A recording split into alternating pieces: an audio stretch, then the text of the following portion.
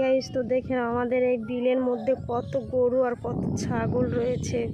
তো দেখো, আমি তোমাদের জুম করে একটু দেখাচ্ছি। তো দেখো,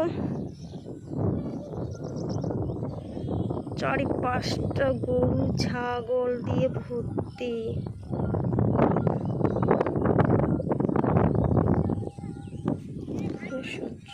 সূর্য মামা রয়েছে।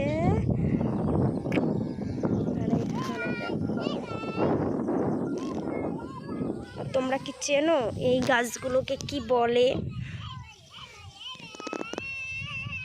প্রচুর রয়েছে, প্রচুর। বিলটা ভরে গেছে, এইগুলোতে সবুজে সবুজ হয়ে গেছে, দেখতে পাচ্ছ।